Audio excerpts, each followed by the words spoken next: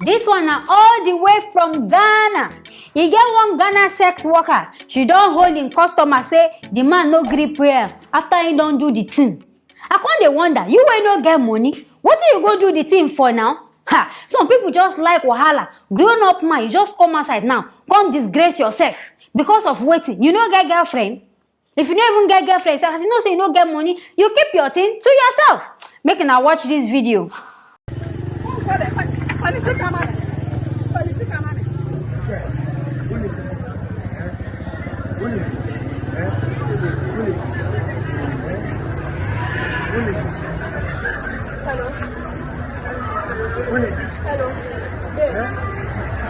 Dale, yo sé,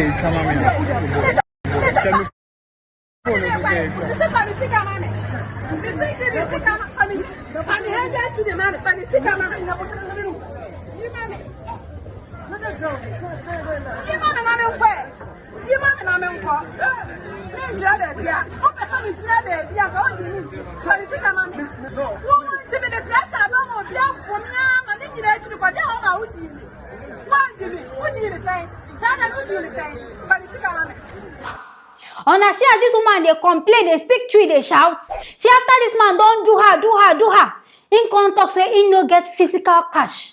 I come dey, wetin be the physical cash? But your thing get physical spirit to stand up. E get physical strength to rise. But you no come get physical cash now to come pay this woman.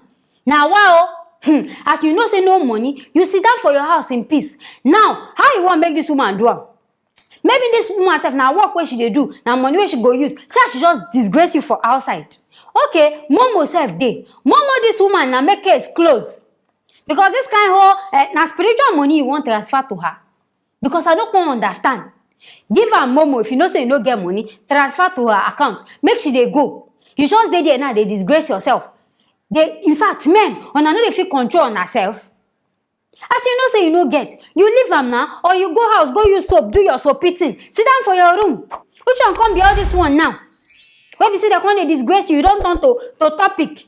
They don't put your face, now everybody don't see you. Grown up man like you know if you control yourself.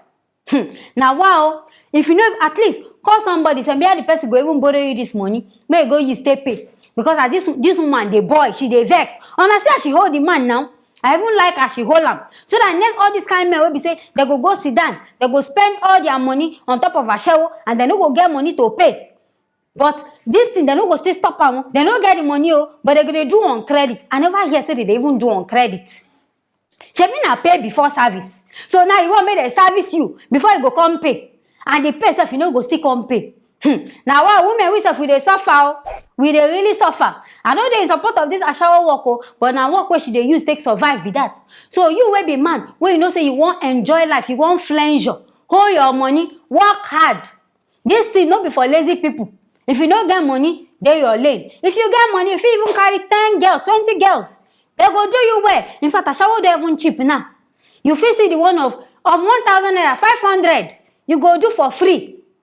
So this one where they talk physical cash, I no can understand. As the thing, in fact, you want release, but you no want release cash. In fact, this your matter if you dey vex me. Abeg, I go see you for our next story, Jare. But make una no come forget to like, share, and subscribe to this channel.